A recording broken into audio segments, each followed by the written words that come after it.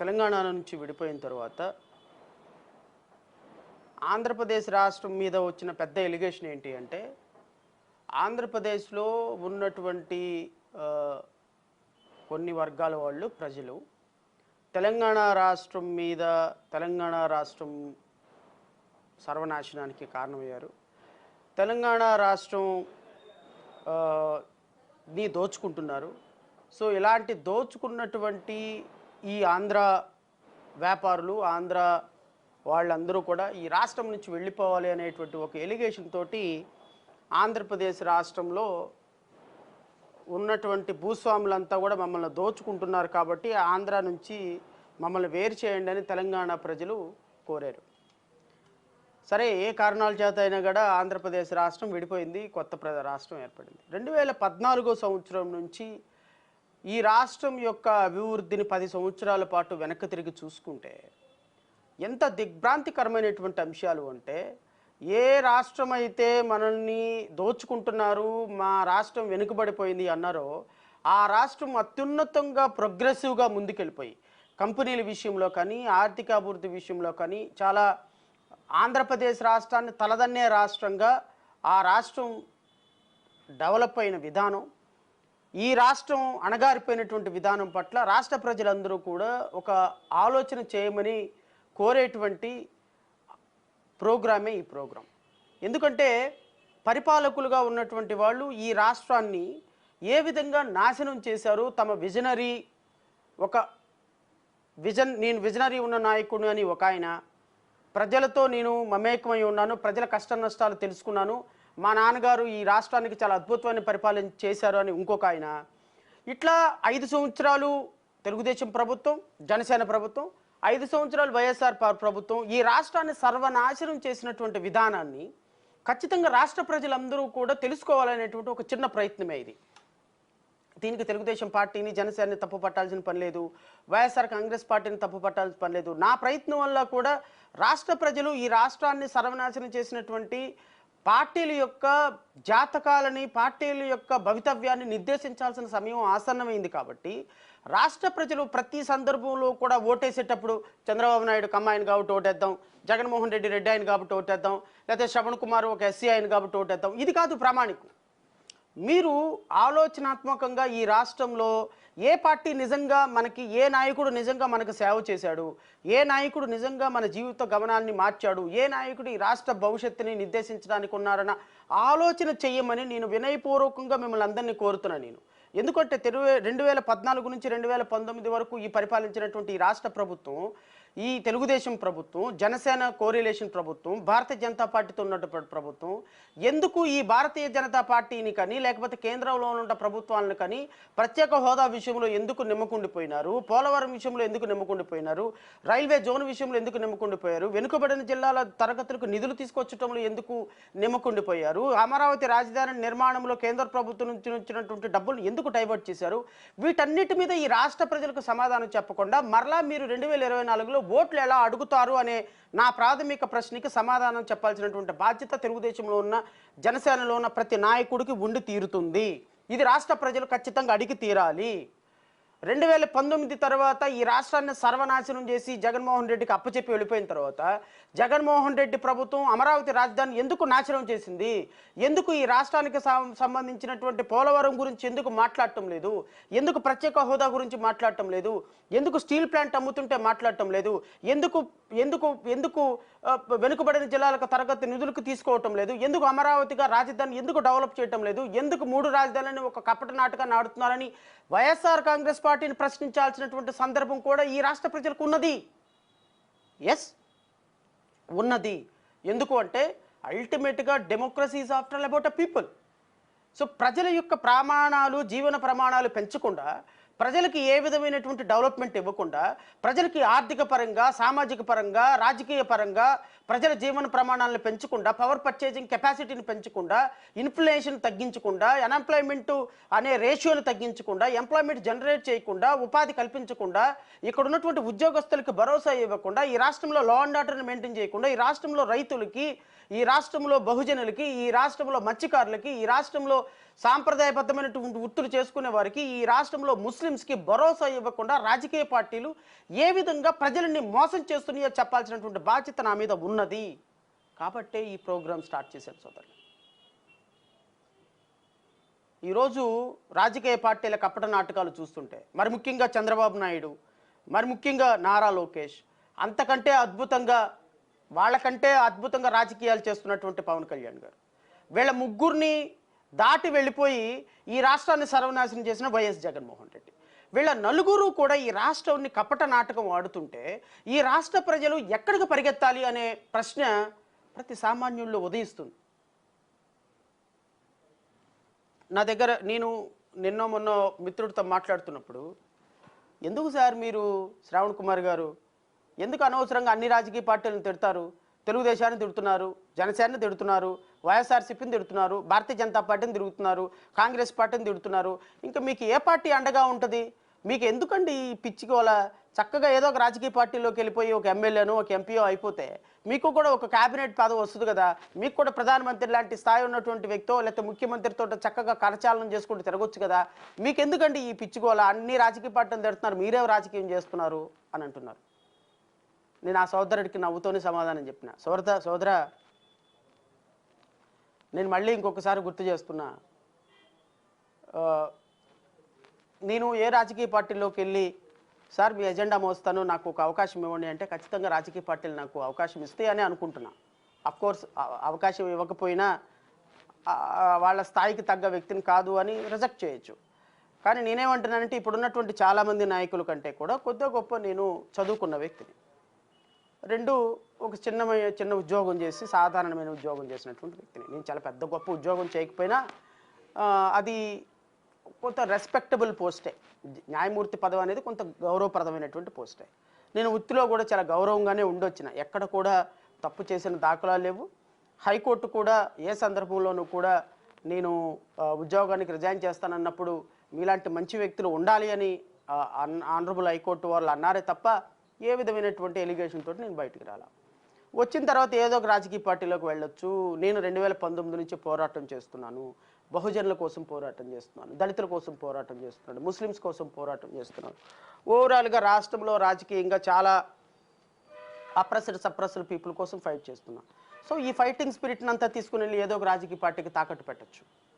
తాకట్టు పెడితే నా స్థాయికి తగ్గట్టు ఏదో ఒక జిల్లా కార్యదర్శో లేకపోతే నగర కార్యదర్శో లేకపోతే రాష్ట్ర ప్రధాన కార్యదర్శో ఏదో పోస్ట్ దొరుకుతుంది. కానీ నేను ఆ మిత్రుడికి చెప్పాను, సోదరా ఏదో ఒక రోజున ఈ రాష్ట్రానికి నేను ముఖ్యమంత్రి అవ్వగలుగుతాను, అవ్వాలి అనే అకుంఠిత దీక్షతోటి నేను పోరాటం చేస్తున్నాను. బహుశా నా స్థాయికి ఫైనాన్షియల్ పొజిషన్కో లేకపోతే నాకున్నటువంటి క్యాస్ట్ బ్యాక్గ్రౌండ్కో నేను కౌన్సిలర్ కూడా అవ్వకపోవచ్చు. కానీ కౌన్సిలర్ అవ్వకపోయినా నేను మాత్రం నా స్థాయిని నేను ఒక ముఖ్యమంత్రితోటే ఊహించుకుంటాను. ఈ రాష్ట్రంలో ఎస్సీ ఎస్టీలుగా పుట్టి అతి నిరుపేద కుటుంబంలో పుట్టి ఒక న్యాయమూర్తిగా 28 సంవత్సరాలకి ఒక కోర్టులో న్యాయమూర్తిగా న్యాయం చెప్పే స్థాయికి వెళ్ళి ఒక 5 సంవత్సరాలు 10 సంవత్సరాల పాటు ఉద్యోగం చేసి తర్వాత రిజైన్ చేసి బయటకు వచ్చి ఒక పార్టీ పెట్టుకొని నేను ప్రభుత్వానికి వ్యతిరేకంగా పోరాటం చేస్తూ కొన్ని వేల కేసులు వేసి ఒక లాయర్గా ఎస్టాబ్లిష్ అయ్యి ఇంత పోరాటం చేసేది ఒక రాజకీయ పార్టీకి అమ్ముడుపోవటానిక, ఒక రాజకీయ పార్టీకి వెళ్ళి తాకట్టు పెట్టుకోవటానిక, ఒక రాజకీయ పార్టీ ఒక ఎమ్మెల్యే సీట్ ఇస్తానంటే అమ్ముడుపోవటానిక? ఎప్పటికీ కాదు. ప్రాబబ్లీ నేను ఈరోజు పోరాటం చేస్తున్న పోరాటం 2029కి పనిచేస్తుందేమో, 2034కి పనిచేస్తుందేమో. అప్పుడు నేను వేసినటువంటి ఈ ఫౌండేషన్ మా భావితరాల వాళ్ళు ముందుకు తీసుకెళ్తారేమో. సో ప్రతి ఒక్క పోరాటం మంత్రి పదవి కోసమో ఎమ్మెల్యే పదవి కోసమో కాదు సోదరా. సో కాబట్టి నా పిచ్చి భావాలు ఏదో నాకొని నన్ను నా భావజాలంతో వెళ్ళనివ్వండి అని నేను మా మిత్రుడితో చెప్పాను. సో ఓవరాల్గా నేను చెప్పదలుచుకున్నది ఏంటంటే, ఈ రాష్ట్రంలో భవిష్యత్తును నిర్ణయించేటువంటి అవకాశం రాష్ట్ర ప్రజల దగ్గర ఉన్నప్పుడు ఈ రాష్ట్ర ప్రజలు ఎవరు మన భవిష్యత్తును నిర్దేశించగలరు అనేటువంటి ఆలోచన చేయవలసినటువంటి బాధ్యత మన మీద ఉంది. ఇప్పుడు మన ఇంట్లో ఉన్నటువంటి ఆడపిల్లని మనం ఒక వ్యక్తికి ఇచ్చి మ్యారేజ్ చేయాలి అన్నప్పుడు మనం ఏం ఆలోచిస్తాము? ఈ వ్యక్తి చదువుకున్నాడా, గుణగణాలు ఉన్నాయా, వ్యక్తి మంచి భవిష్యత్తు ఉన్న వ్యక్తి, వేరే ఏమైనా చెడు అలవాట్లు ఉన్నాయా అని చూస్తాం. కానీ మన ఇంట్లో నుంచి ఒక పాపని ఒకడి చేతిలో పెట్టే సందర్భంలోనే ఇన్ని చూసేటప్పుడు, ఒక రాష్ట్ర భవిష్యత్తుని ఒక వ్యక్తి చేతిలో పెట్టేటప్పుడు మనం ఎన్ని క్యాలిక్యులేషన్స్ వేయాలి, ఎంత జాగ్రత్త తీసుకోవాలి, మన బిడ్డ భవిష్యత్తు, మన కొడుకు భవిష్యత్తు, మన భవిష్యత్తు, మన ఇంట్లో ఉన్నటువంటి ప్రతి జీవి, ప్రతి మన ఇంట్లో ఈవెన్ పనిచేసేటువంటి ఒక నిరుపేద మహిళ యొక్క భవిష్యత్తు కూడా మనం వేసే ఓటు మీద ఆధారపడి ఉంటుంది కదా. ఆ ఓటుని ఎందుకు గొప్పగా ఆలోచించటం లేదు అని నేను విఘ్నులైనటువంటి ప్రజలను అడుగుతున్నాను. నేను ఎవరైనా మనస్సాక్షితోటి ఒక వ్యక్తికి ఒక ఓటేసేటప్పుడు ఈ వ్యక్తికి, ఈ పార్టీకి మనం ఎందుకు ఓటేస్తున్నాం? నేను చాలా బాధపడే విషయం ఏంటి అంటే, ఒక వ్యక్తి పాదయాత్ర చేశాడు కాబట్టి ఓటేస్తారంట, ఇంకో వ్యక్తి జైల్లో ఉన్నాడు కాబట్టి ఓటేస్తారంట, ఇంకో వ్యక్తి యాత్రలు చేశాడని ఓటేస్తాడంట. ఆ యాత్రలు చేసేటప్పుడు ఆయన 1,50,00,000 ఒక వాహనాన్ని తయారు చేసుకున్నాడంట. సో అప్పుడే మేకప్ తీసేసి బయటకు వచ్చేసేసి కూర్చొని అద్భుతమైనటువంటి ఉద్వేగపూరితమైనటువంటి ప్రసంగాలు చేస్తున్నాడంట. ఆయన ఉద్వేగపూరితమైన ప్రసంగాల్లో నిజాయితీ ఉందా? నిష్కల్మషత ఉందా? ఆయన ఈ రాష్ట్రంలో ఎవరికైనా న్యాయం చేశాడా? ఆయన క్వాలిటీస్ ఏంటి? మనల్ని పరిపాలించడానికి ఆయనకు ఉన్నటువంటి విఘ్నత ఏంటి? గట్టిగా ఒక ఐఏఎస్ ఆఫీసరు, ఐపీఎస్ ఆఫీసరు ఎదురుగా కూర్చుంటే మాట్లాడలేని, ఒక విఘ్నత లేని, నిలకడ స్వభావం లేనటువంటి ఒక వ్యక్తి ఈ రాష్ట్రానికి ఒక ఎమ్మెల్యేనో, మంత్రో, ముఖ్యమంత్రో కావాలనుకుంటే నీ క్వాలిఫికేషన్స్ ఏందని అడగాల్సిన పని లేదా? 2009లో సామాజిక న్యాయం అంటూ అద్భుతమైనటువంటి ప్రసంగాలతో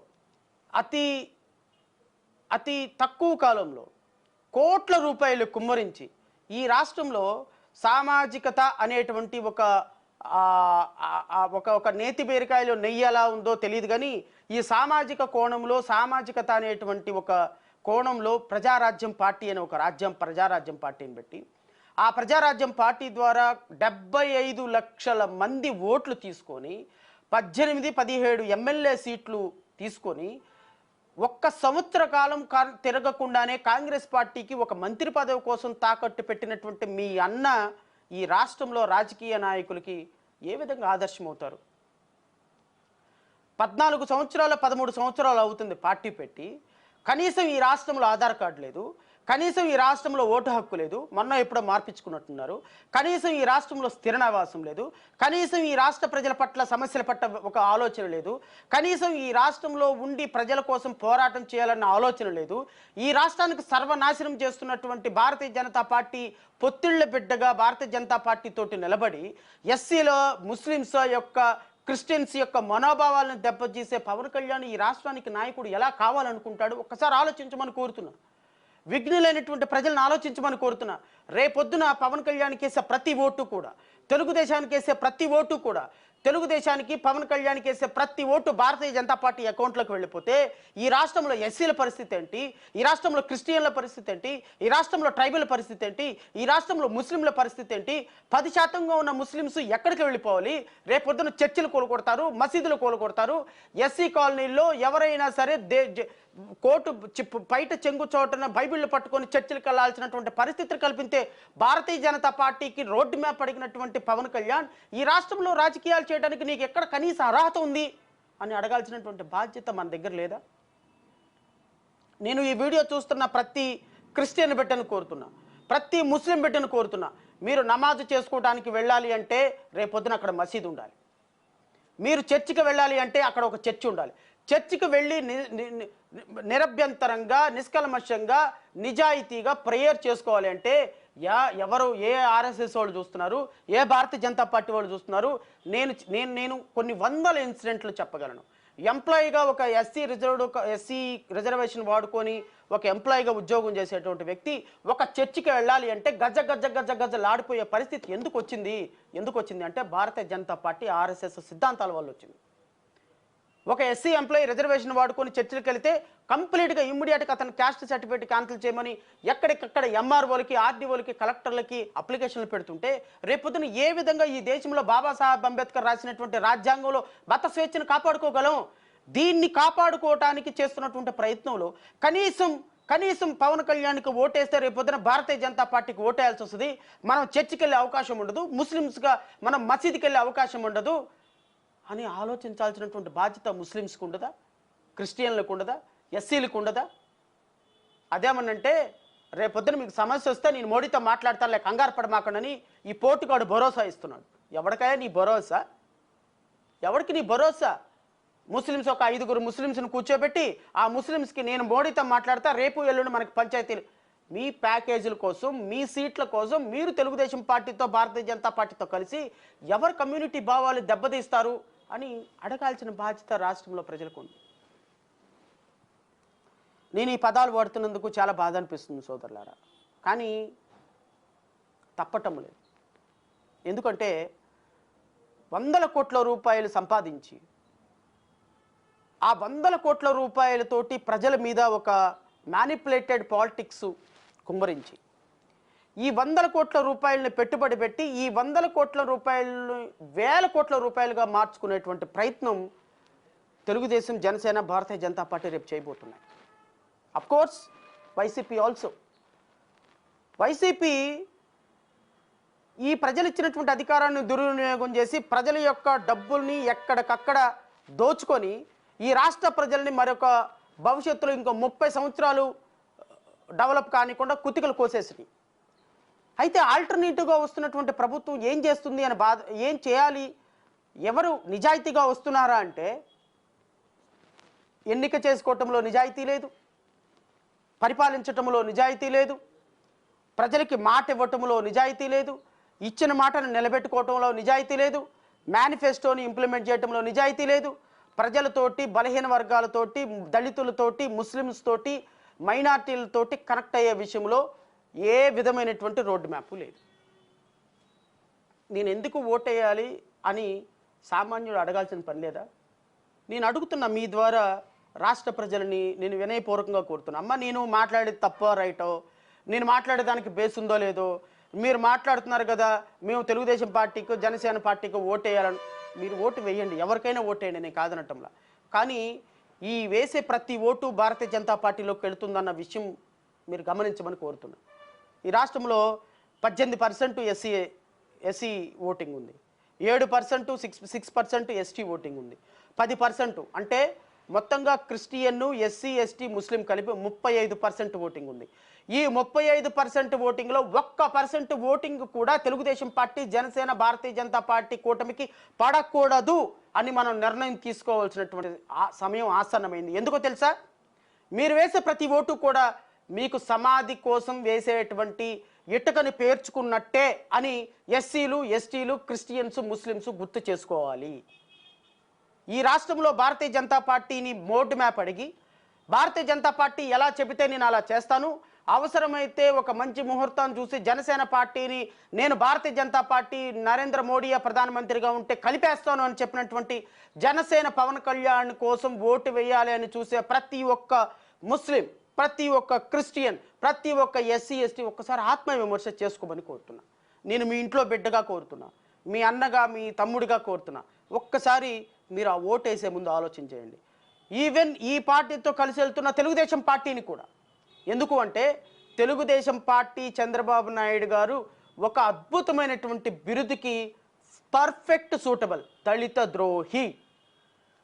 ఎందుకు అంటే దళిత బిడ్డల ఓట్లతోటి 14 సంవత్సరాలు ముఖ్యమంత్రిగా ఎదిగినటువంటి చంద్రబాబు దళిత బిడ్డలని నిర్దాక్షిణ్యంగా చీల్చి ఎస్సీని రాజ్యాధికారంలోనికి రానియకుండా 20%గా ఉన్న ఎస్సీలని మాలా మాదిగా అంటూ చీల్చి ఖండాలుగా నరికేసి ఈ కమ్యూనిటీ భవిష్యత్తులో రాజ్యాధికారానికి రాకుండా ఒక అద్భుతమైనటువంటి కాంక్రీట్ గోడ, చైనా గోడ లాంటి గోడ కట్టినటువంటి దళిత ద్రోహి చంద్రబాబు నాయుడు కాదా? మీ వల్ల కదా ఎస్సీలు, క్రిస్టియన్, మాలా మాదిగా కలవకుండా పోయింది. అరే నేను ఎక్కడికన్నా వెళ్ళని, శ్రావణ్ కుమార్ నువ్వు మాలా మాదిగా, శ్రావణ్ కుమార్ మీరు మాలా, I'm very sorry to say, ఎవరు ఏ కమ్యూనిటీలో పుట్టాలని అనుకుంటారు? నేను అనుకొని పుట్టాను ఒక కమ్యూనిటీలో, మీరు అనుకొని పుట్టారు ఒక కమ్యూనిటీలో. చంద్రబాబు నాయుడు గారు కమ్మకులంలో పుట్టాలని అనుకున్నారా? పవన్ కళ్యాణ్ గారు కాపు కులంలో పుట్టాలనుకున్నారా? జగన్మోహన్ గారు రెడ్డి కులంలో పుట్టాలనుకున్నారా? నేను ఒక ఎస్సీ కుటుంబంలో పుట్టాలనుకున్నానా? లేకపోతే ఇంకొకరు బీసీ కులంలో పుట్టాలనుకున్నారు? ఎవరు ఏ కులంలో పుట్టాలనుకునే దానికి డిసైడ్ ఎవరు చేస్తారండి? ఎవరు చేయలేరు. కానీ ఈ రాష్ట్ర ముఖ్యమంత్రిగా 18 నుంచి 20% ఉన్నటువంటి ఎస్సీలను మొత్తాన్ని విభజించి వాళ్ళకి గొడవలు పెట్టి ఈరోజు ఎక్కడికి ఎవరు ఒక పార్టీ పెట్టినా పలానా దగ్గరికి వెళ్ళిపోతే మీరు మాలా మాదిగా ఏంటండి ఇది? దీనికి ఆద్యుడు ఎవడండి? దీనికి ఆద్యం పోస్తుంది ఎవరండి? ఆద్యం పోసింది ఎవరండి? వెడగొట్టింది ఎవరండి? ఈరోజు రాష్ట్రంలో దళితులు రాజ్యాధికారంలోనికి రాకుండా సర్వనాశనం చేసినటువంటి దళిత ద్రోహి చంద్రబాబు నాయుడు. ఈ విషయం మీకు తెలీదా? ఈ విషయం తెలిసి మీరు ఏ విధంగా చంద్రబాబు నాయుడిని దళిత ఉద్ధరుడుకు దళిత బాంధవుడుగా మనం అభివర్ణిస్తాం? ఒక్క మాట చెప్పండి. నేను ఈ వీడియో చూస్తున్నటువంటి ప్రతి అన్నని ప్రతి అక్కని కోరుతున్నా, ఈరోజు మన తమ్ముళ్ళతోటి మనకి గొడవ పెట్టినటువంటి ద్రోహి చంద్రబాబు నాయుడు. ఈరోజు అలాంటి వాళ్ళందరినీ కూడా స్టేజ్ మీదకి తీసుకొచ్చి వాళ్ళందరి ఓట్లని కన్సాలిడేట్ చేసేటువంటి ప్రయత్నం చేస్తున్నటువంటి మరొక ద్రోహి నారా లోకేష్. దళిత బిడ్డలు అంటే కనీసం విచక్షణ కనీసం వాళ్ళ గౌరవం లేనటువంటి వ్యక్తి ఈ పార్టీ, తెలుగుదేశం పార్టీ. ఇలాంటి పార్టీని మనం ఎందుకు ఓట్లేయాలి అని ప్రశ్నించుకోవాల్సిన బాధ్యత లేదా మన మీద? ఈ రాష్ట్రం కోసం మీరు ఏం చేశారయ్యా? ఫర్గెట్ అబౌట్ కులం ప్రకారం నేను మాట్లాడను. ఎందుకంటే కులం గురించి మాట్లాడితే శ్రవణ్ కుమార్ ఏంటి కులాల గురించి మాట్లాడుతున్నాడు. ఎస్, మాట్లాడాల్సిన పరిస్థితి. ఎందుకు అంటే ఈ రాష్ట్రంలో రాజకీయం మొత్తం కంపు కొట్టిన కుళ్ళు మొత్తం కూడా కులాల చుట్టూయే కదా సోదరులారా తిరుగుతున్నది. నా భావాలను నీతో పంచుకోవాలనుకుంటున్నా. నేను ప్రజల దగ్గరకు వచ్చి మాట్లాడాలనుకుంటున్నా. ప్రజలతో మమేకం అవ్వాలనుకుంటున్నా. ప్రజలతో రోడ్డు యాత్రలు చేయాలనుకుంటున్నా. అరే, మంగళగిరిలో ఓడిపోయినటువంటి నారా లోకేషే ఒక 250 కోట్ల రూపాయలు పెట్టి ఒక యాత్ర చేస్తే, ఒక ఇంత చదువుకొని ఇంత స్థాయిలో ఉండి శ్రవణ్ కుమార్ అనేవాడు రోడ్డు మీదకి వచ్చి 10 మందితో మాట్లాడలేని స్థాయిలో ఉన్నాడు అంటే నేను దానికి సిగ్గుపట్టంలా. ఎందుకు అంటే మీరు ముఖ్యమంత్రి కొడుకుగా లేకపోతే మాజీ ముఖ్యమంత్రి మనవడుగా పుట్టారు, మీకు ఆ అదృష్టం ఉంది. ఒక ముఖ్యమంత్రి కొడుకుగా జగన్మోహన్ రెడ్డి గారు పుట్టారు, ఆయనకు ఆ అదృష్టం ఉంది. నాకు పవన్ కళ్యాణ్ గారు ఒక సూపర్ స్టార్, ఒక మెగాస్టార్ చిరంజీవి తమ్ముడుగా పుట్టాడు, ఆయనకు అవకాశం ఉంది. నేను ఒక సాధారణమైనటువంటి కరెంట్ ఆఫీస్లో ఎంప్లాయీగా పనిచేసే లైన్మెన్ కొడుకుగా పుట్టినాను కాబట్టి, ఒక సాధారణమైనటువంటి దళిత కుటుంబంలో పుట్టాను కాబట్టి నాకు అవకాశం లేదు. నాకు వెనక పెట్టుబడి పెట్టేవాళ్ళు లేరు, నాకు 10 రూపాయలు ఇచ్చేవాళ్ళు లేరు. కాబట్టి ప్రజలతో నేను ఈ విధంగా మాట్లాడుతున్నా. అది నా తప్పు కాదు కదా. నేను ఎంతవరకు చేయాలో అంతవరకు చేస్తున్నా. కానీ నా బిడ్డ, నా తమ్ముళ్ళని, నా అన్నల్ని, నా అక్కల్ని, నా చెల్లెల్ని చైతన్యపరచాల్సినటువంటి బాధ్యత డాక్టర్ బాబాసాహెబ్ అంబేద్కర్ నాకు ఇచ్చారు. కాబట్టి నేను ఈ వీడియో ద్వారా మీతో చెప్పాలనుకున్నటువంటి ఒక స్పష్టమైన సూటి ప్రశ్న ఏంటి అంటే, ఈ రాష్ట్రంలో కులాలను విభజించి, ఈ రాష్ట్రంలో మతాలను విభజించి, ఈ రాష్ట్రంలో ఇచ్చినటువంటి మేనిఫెస్టోని అమలుపరచకుండా నేను తెలుగుదేశం పార్టీని డైరెక్ట్గా అడుగుతున్నా, సార్ మీరు ఇచ్చినటువంటి మేనిఫెస్టో 2014లో ఇచ్చినటువంటి మేనిఫెస్టో ఒక్కసారి మీ వెబ్సైట్లో, అధికారిక వెబ్సైట్లో ఉందా? మీ 600 హామీలు ఏమైనాయి సార్?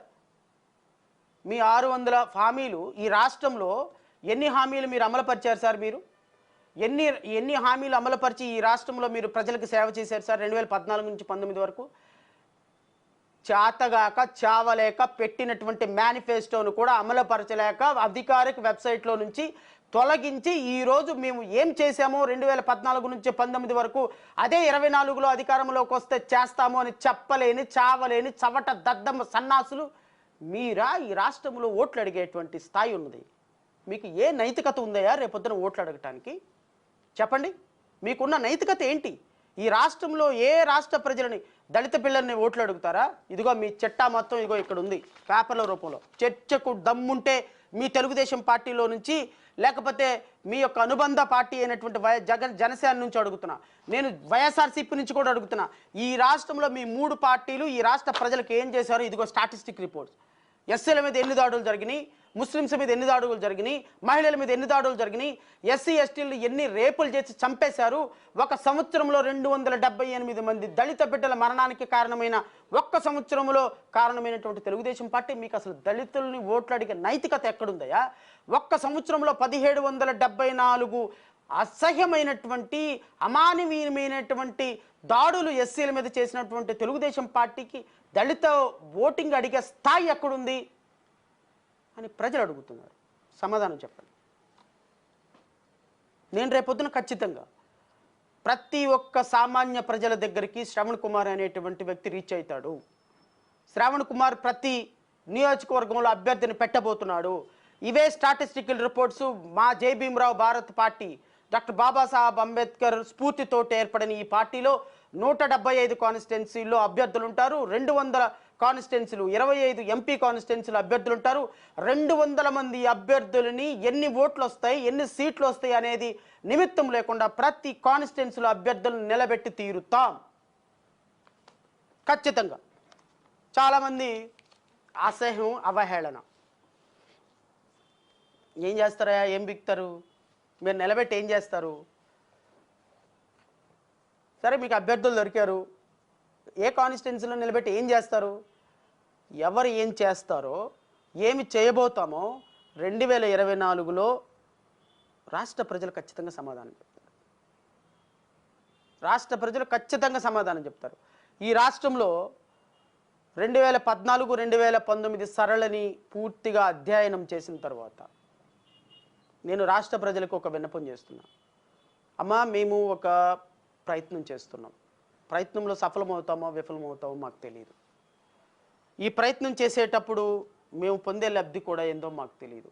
కానీ ఒక రాజకీయ పార్టీలు, అటుపక్కేమో జగన్మోహన్ రెడ్డి గారు వాళ్ళ నాన్నగారు సంపాదించిన 1000 కోట్ల ఆస్తులు పెట్టుకున్నాడు. ఇటుపక్కేమో చంద్రబాబు నాయుడు గారు ఒక నెలకి 85 కోట్లు సంపాదించే పవన్ కళ్యాణ్ గారు. సో 14 సంవత్సరాలు ముఖ్యమంత్రిగా చేశారు. 45 సంవత్సరాలు ఇండస్ట్రీలో ఉన్నారు చంద్రబాబు నాయుడు గారు. వాళ్ళ పార్టీలు రేపొద్దున ఓటుకు 5,000 ఇచ్చుకుంటారమ్మా. కులాల ప్రకారం, మతాల ప్రకారం, ప్రాంతాల ప్రకారం ఓట్లు అడుగుతారు. సరే, వాళ్ళకి ఉన్నది నాకు లేదు అని నేను బాధపడటంలా. నాకే కాదు, మాలాగా రిజిస్టర్డ్ చేసుకొని ప్రజల కోసం పోరాటం చేసేటువంటి 200 పైగా చిన్న చిన్న పార్టీలు ఆంధ్రప్రదేశ్ రాష్ట్రంలో ఉన్నాయి. ఈ పార్టీలు సహజంగానే కొన్ని పార్టీలు కేవలం నామవాస్తేకి రిజిస్టర్ చేయించుకుంటారు. కొన్ని పార్టీలు పాపం కష్టపడుతూ ఉంటాయి. కొన్ని పార్టీలు కింద మీద పడుతూ ఉంటాయి. మాలాంటి పార్టీలు, ఇలాంటి పార్టీలు ఏం చేయగలవు అని ఈ ప్రధాన రాజకీయ పార్టీలకి ఒక అలుసు. మాకెవడు, మేము రేపొద్దున దళిత మొత్తాన్ని కొట్టి చంపేసి దళితుల పథకాలన్నీ రద్దు చేసి రేపొద్దున నేను దళితులకు మేనమావనంటే జగన్ కోటేసేస్తారు. కొన్ని వందల మందిని 2014, 2019 మధ్యకాలంలో కొన్ని వందల మందిని చంపేసి రేపు ఏమి చేసినా ఎవడి మీద కేసులు లేకుండా దళిత బిడ్డల్ని సర్వనాశనం చేసి వాళ్ళకున్న నిధులన్నీ డైవర్ట్ చేసేసి వాళ్ళకి పదవులు ఇవ్వకుండా వాళ్ళకి ఏ విధంగానూ వాళ్ళ ఆర్థికంగా, సామాజికంగా, రాజకీయంగా వాళ్ళని అణగదొక్కేసి వాళ్ళ మీద కొన్ని వందల మారణ హోమాలు సృష్టించి ఇన్ని చేసినటువంటి పార్టీ ఈ రోజున ఒక 2 3 దళిత నాయకులను ముందు పెట్టుకొని ఆ దళిత నాయకులతోటి ఆహా ఓహో తెలుగుదేశం పార్టీ అద్భుతమైనటువంటి మాలల కోసం ప్రయత్నం చేసే పార్టీ, మాదిగల కోసం ప్రయత్నం చేసే పార్టీ, చంద్రబాబు నాయుడు గారు, అసలు నారా లోకేష్ గారు ఆకాశం నుంచి దిగొచ్చినటువంటి దళిత బాంధవులు, ఇలాంటి వ్యక్తులకి దళితులందరూ ఓట్లేయాలని మూకుమ్మడిగా ఈరోజే నేను చూశాను. 4,20,00,000 ఓట్లు ఉన్నాయంట ఆంధ్రప్రదేశ్ రాష్ట్రంలో. అందులో 1,50,00,000 దళితుల ఓట్లు అన్నీ తీసుకొని వాళ్ళకి తాకట్టు పెట్టాలనేటువంటి ఒక అద్భుతమైనటువంటి ప్రయత్నం చేస్తున్నారు. వీళ్ళందరూ మనకు తెలిసిన వాళ్ళే కదా, ఇక వాళ్ళ గురించి వ్యక్తిగతంగా నేనైతే ఏం మాట్లాడను. ఇలాంటి వ్యక్తులందరూ చేసేటువంటి పోరాట ఫలితంగా తెలుగుదేశం పార్టీ సంతేనేమో వైఎస్ఆర్ పార్టీ, వైఎస్ఆర్ పార్టీ తంతేనేమో తెలుగుదేశం పార్టీ రేపొద్దున 2024 నుంచి 29 వరకు రాష్ట్రాన్ని సర్వనాశనం చేసి మళ్ళీ 1000 కోట్ల రూపాయలు దోచుకొని అప్పుడు మళ్ళీ తయారవుతారు. 2014 నుంచి 19 వరకు స్కాములు చేసి 100 కోట్లు సంపాదించిన నారాయణ ప్రజలకు సమస్యలు వస్తే ఎక్కడ ఉన్నాడో తెలియదు. గంటా శ్రీనివాసరావు ప్రజలకు సమస్యలు వస్తే ఎక్కడ ఉన్నాడో తెలియదు. పత్తిపాటి పుల్లారావు తెలియదు. ఇంకా వాళ్ళ పేర్లు ఎందుకండి, వ్యక్తిగతంగా పేర్లు తీసుకొని. కానీ ఆ రాష్ట్ర పార్టీలో 100 కోట్ల రూపాయలు అధికారం ఉన్నప్పుడు సంపాదించిన ఏ నాయకుడు కూడా పెట్టుబడి పెట్టడానికి ముందు ఉంటాడు, కానీ అధికారం సంపాదించడానికి ముందుకు రాడు.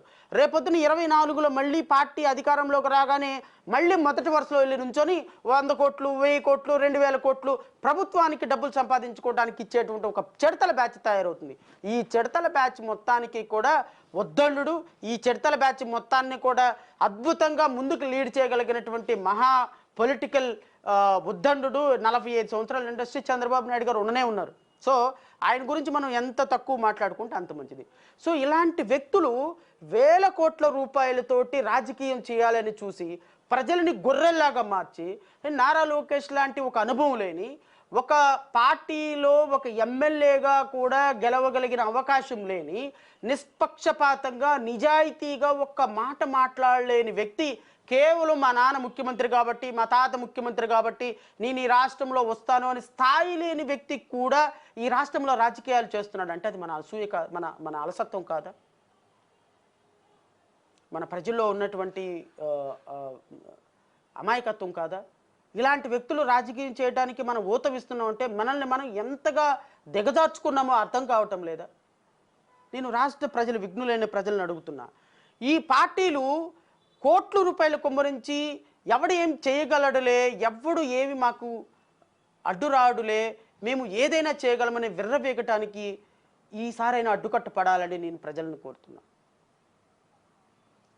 2014 సార్వత్రిక ఎన్నికల్లో ప్రజలారా, ఈ రాష్ట్రంలో తెలుగుదేశం పార్టీ అధికారంలోకి వచ్చింది, మీకు తెలుసు. తెలుగుదేశం పార్టీకి వైఎస్ఆర్ కాంగ్రెస్ పార్టీకి మధ్యలో ఉన్నటువంటి తేడా, ఓట్ల తేడా 4,20,00,000 ఓవరాల్గా మన రాష్ట్రంలో రమారమి ఓట్లు ఉంటే కొత్తగా వచ్చిన వాళ్ళు ఒక 16 లక్షలు ఎంతో ఈరోజు, నేను I'm not sure about the figures. అంటే రఫ్గా 4 కోట్ల ఓటర్లు ఉన్నారు ఆంధ్రప్రదేశ్ రాష్ట్రంలో. ఈ 4 కోట్ల ఓట్లకు గాను తెలుగుదేశానికి వైఎస్ఆర్సీపీకి మధ్య దూరం, ఓట్ల దూరం 5,36,000. అంటే 4 కోట్ల ఓట్లలో 5,36,000 ఓట్లు మాత్రమే తెలుగుదేశానికి వైఎస్ఆర్ కాంగ్రెస్ పార్టీకి తేడా ఉంది. ఇంచుమించుగా 88 కాన్స్టిట్యున్సీస్లో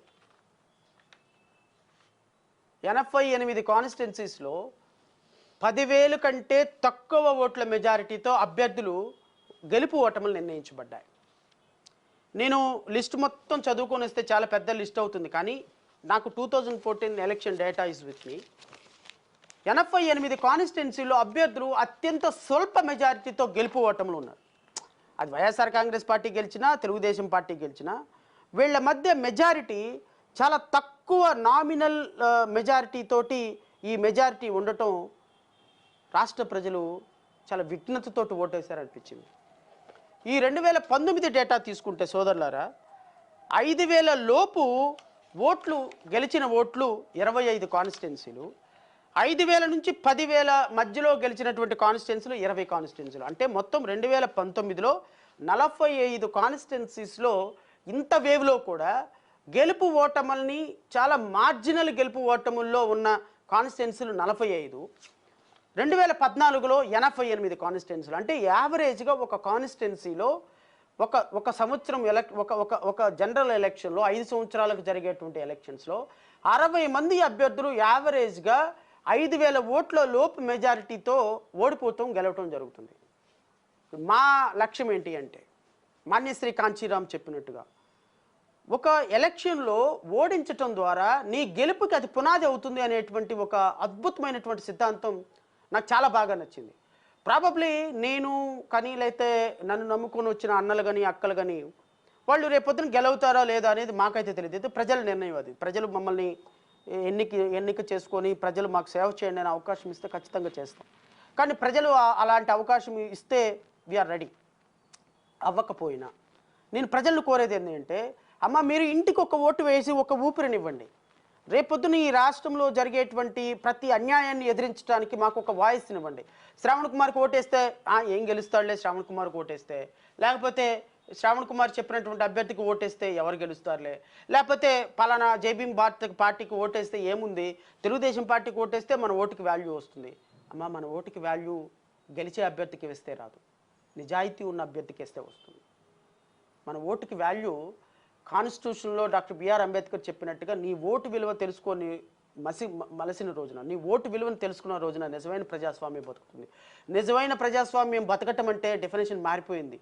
అది చాలా దురదృష్టకరం. కానీ నేను విఘ్నులైనటువంటి ప్రజలను అడుగుతున్నా, గెలిచే అభ్యర్థికి ఓటేస్తే మన ఓటు గెలుస్తుంది అనుకుంటున్నాం. కాదు, గెలిచే అభ్యర్థికి ఇలాంటి దుర్మార్గులకు ఓటేసి గెలుస్తున్నారు కదా అని ఓటేసి మన ఓటుని మనం దిగజార్చుకుంటున్నాం.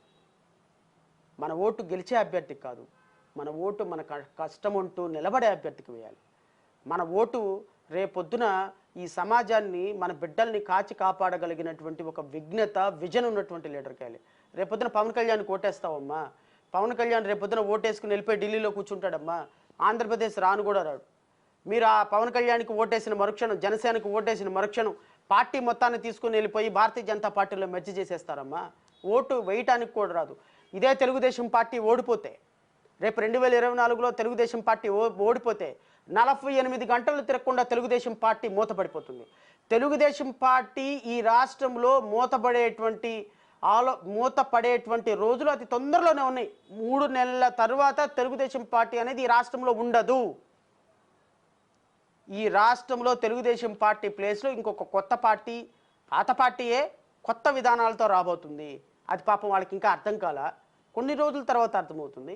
ఆ అర్థమయ్యే రోజున వెనక్కి తిరిగి చూసుకుంటే ఎవ్వరు కనిపించరు, ఇంక్లూడింగ్ పవన్ కళ్యాణ్తో సహా. నా మాటలు వాళ్ళకి కొంచెం కష్టం అనిపించవచ్చు. లేకపోతే ఏంటి ఇలా మాట్లాడుతున్నాడు, మా పార్టీ చాలా గొప్ప పార్టీ అనుకోవచ్చు, కరెక్టే. But wait and see. 4 నెలల తర్వాత ఇన్ని కోట్ల మంది తెలుగుదేశం పార్టీ అభిమానులకు కూడా నేను మాట్లాడే మాట కొంత కంటగింపుగా ఉండొచ్చు.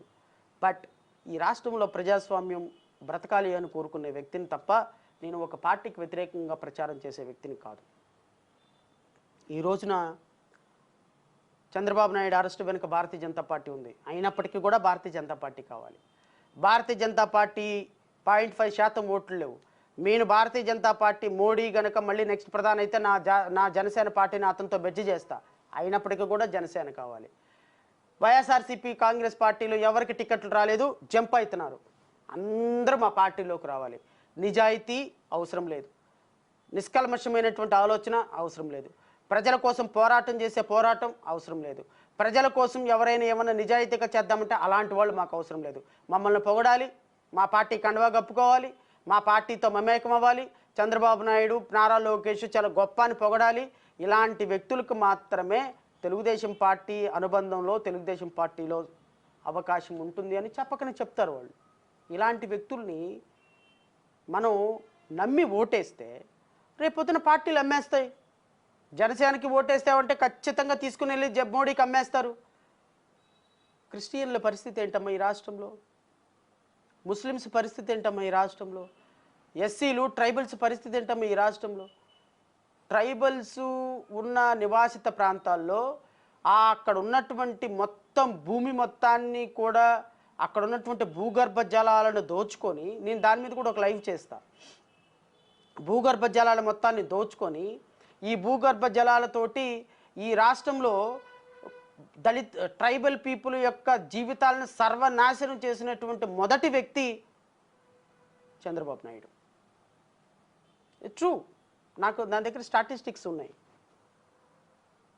ఈరోజు ట్రైబల్ గురించి చాలా అద్భుతమైనటువంటి మాటలు మాట్లాడుతున్నారు, ఎస్సీల గురించి చాలా అద్భుతమైనటువంటి మాటలు మాట్లాడుతున్నారు, ముస్లిమ్స్ గురించి చాలా అద్భుతమైనటువంటి మాటలు మాట్లాడుతున్నారు. రేపు వస్తే మేము చాలా గొప్పగా చేస్తామంటున్నారు. ఏం చేశారు అని, ఏం చేస్తారు? మీరు అధికారం వచ్చినప్పుడు ఏం చేశారో చెప్పాలి కదా. అరే, మీ మేనిఫెస్టోనే మీ వెబ్సైట్లో నుంచి మాయం చేసుకున్నటువంటి అసమర్థమైనటువంటి పార్టీ తెలుగుదేశం పార్టీ అయ్యా. ఇంకా ఏ విధంగా మీరు ఈ రాష్ట్ర ప్రజలకు భరోసా ఇవ్వగలరు?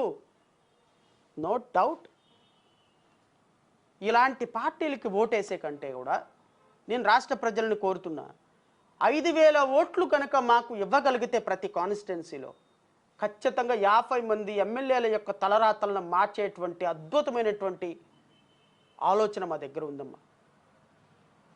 50 మంది ఎమ్మెల్యేలని ఏ రోజైతే మార్చగలమో, వాళ్ళ తలరాతలను మార్చగలమో, 100 కోట్ల రూపాయలు ఖర్చు పెట్టిన అభ్యర్థి కూడా 1,000-2,000 ఓట్లతోటి ఓడిపోగలడో ఆ రోజున డెమోక్రసీ నిలబడుతుంది.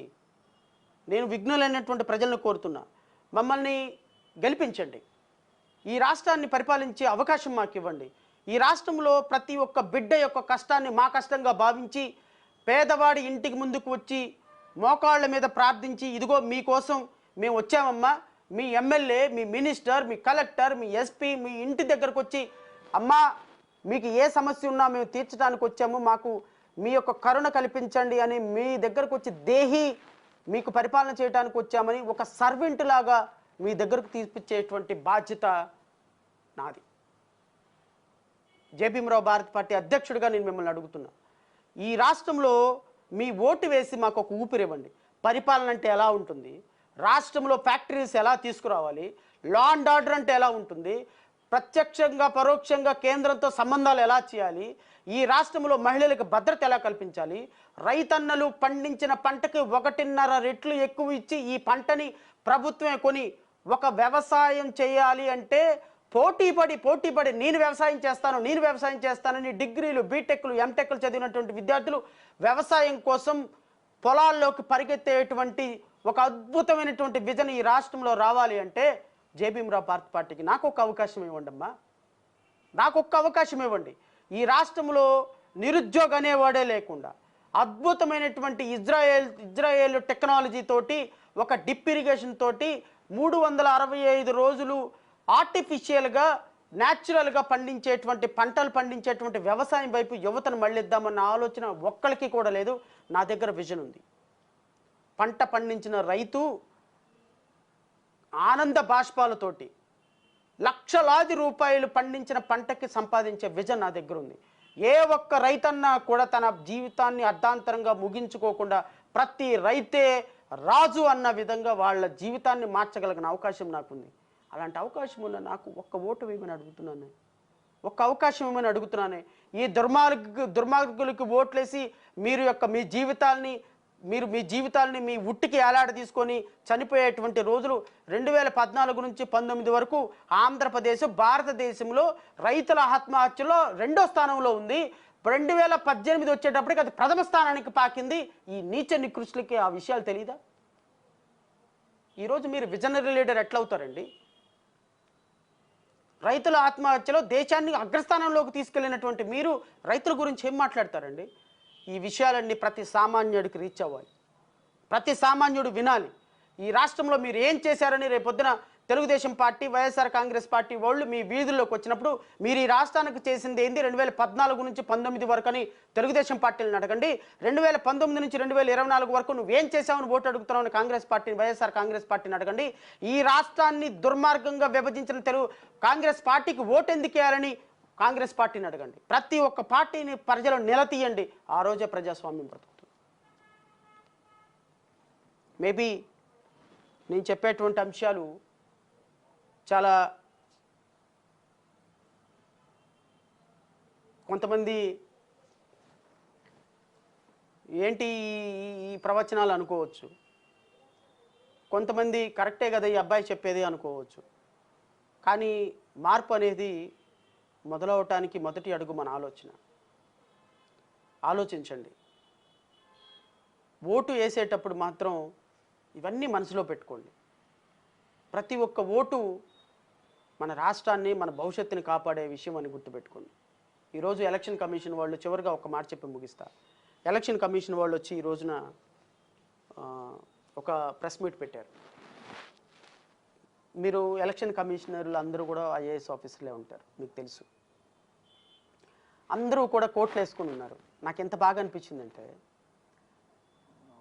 ఒక ఎలక్షన్ కమిషనర్లు కోట్ వేసుకుని ఎందుకు వచ్చారు అంటే ప్రజలకి అకౌంటబిలిటీ.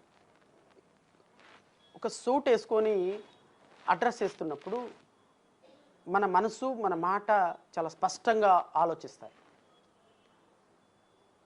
ఒక అధికారిగా సిస్టమ్ని చాలా అద్భుతంగా పరిపాలించాలి, సిస్టమ్ని సిస్టమ్ లాగా చూడాలి, తప్పు చేసిన అధికారిని పనిష్ చేయాలి, లేకపోతే లాని లాగా చూడాలి అనుకున్నటువంటి వ్యక్తులు మాత్రమే కోటేసుకోవాలా?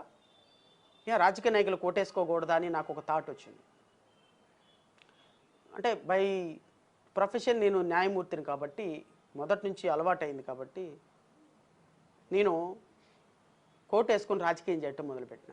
బహుశా భారతదేశంలో లేకపోతే ఆంధ్రప్రదేశ్ రాష్ట్రంలో కోట వేసుకొని రాజకీయాలు చేసే మొదటి రాజకీయ నాయకుడు నేనే కావచ్చు. ప్రాబబ్లీ దానికి రాజకీయంగా డాక్టర్ బిఆర్ అంబేద్కర్ కూడా స్ఫూర్తినిచ్చారు. 1950స్లో 1940స్లోనే డాక్టర్ బిఆర్ అంబేద్కర్ కోట్ వేసుకుని రాజకీయం చేసేవాళ్ళు.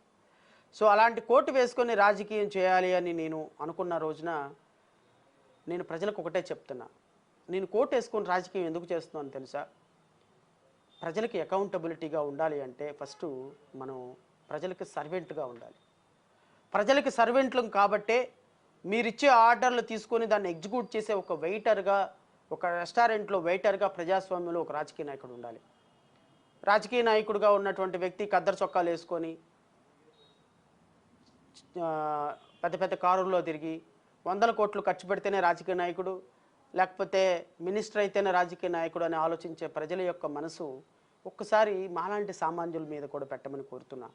మాలాంటి సామాన్యులకి కోటేసుకొని రాజకీయాలు చేయాలనుకున్న వాళ్ళకి ఒక అవకాశం ఇస్తే రేపు అసెంబ్లీలో ప్రజా సమస్యల్ని చాలా నిజాయితీగా, నిష్కల్మషంగా, ఎక్కడ కూడా ఏ విధమైనటువంటి కుల మతాలకి ప్రాంతాలకి అతీతంగా సమస్యల్ని సమస్యలుగా అసెంబ్లీలో చర్చించేటువంటి అవకాశం మాకు కలుగుతుంది.